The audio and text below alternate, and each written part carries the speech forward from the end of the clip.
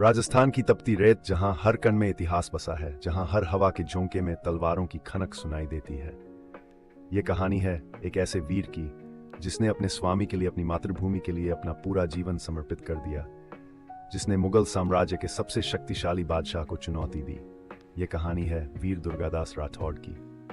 सालवा गांव, मारवाड़, 13 अगस्त 1638। एक साधारण सागर लेकिन उसी घर में जन्म हुआ एक असाधारण योद्धा का। उनके पिता आस्करण सिंह राठौड़ मारवाड़ के दरबार में मंत्री थे और उनकी माता ने तकंवरबाई। लेकिन भाग्य ने शुरुआत से ही परीक्षाली। दुर्गादास की मां अपने पति से दूर रहती थी और उन्होंने अकेले ही अपने बेटे को पाला। एक मां जिसने अपने बेटे को सिर्फ बड़ा नहीं किया बल्कि उसे एक योद्धा बनाया। बचपन से ही दुर्गादास के अंदर स्वाभिमान था, अन्याय के खिलाफ खड़े होने का एहसास था। समय बीतता गया और मारवाड़ पर राज करते थे महाराजा जसवंत सिन्हा।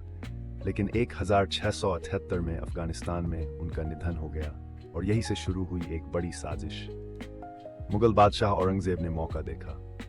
अब मारवाड़ को अपने अधीन करना आसान होगा। कोई उत्तराधिकारी नहीं, राज्य कमजोर, लेकिन किस्मत को कुछ और मंजूर था। जसवंत सिंह की रानियों ने एक पुत्र को जन्म दिया, अजीत सिंह, लेकिन औरंगजेब ने उसे मानने से इनकार कर दिया। उसने कहा यह असली वारिस नहीं है। उसने एक नकली बच्चे को आगे किया और असली वारिस को खत्म करने की साजिश रच दी। यह सिर्फ सत्ता की लड़ाई नहीं थी, यह अस्तित्व की लड़ाई थी।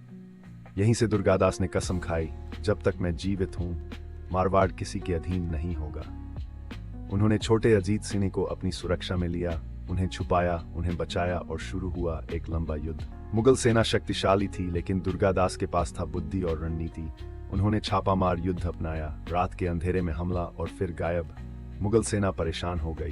दुश्मन दिखता नहीं लेकिन हर बार हमला करता है। राजपूत एकजुट हुए, राठौड़ से सिसोदिया और मुगलों के खिलाफ डटकर खड़े हो गए। दुर्गादास अब सिर्फ एक योद्धा नहीं थे, वो एक नाम बन चुके थे, एक डर। औरंगजेब भी समझ चुका था यह आदमी साधारण नहीं है। उसने कई बार उन्हें पकड़ने की कोशिश की लेकिन हर बार असफल रहा। और तभी एक और बड़ा मोड़ आया। शहजादा अकबर अपने पिता के खिलाफ विद्रोह कर देता है और दुर्गादास उसका साथ देते हैं।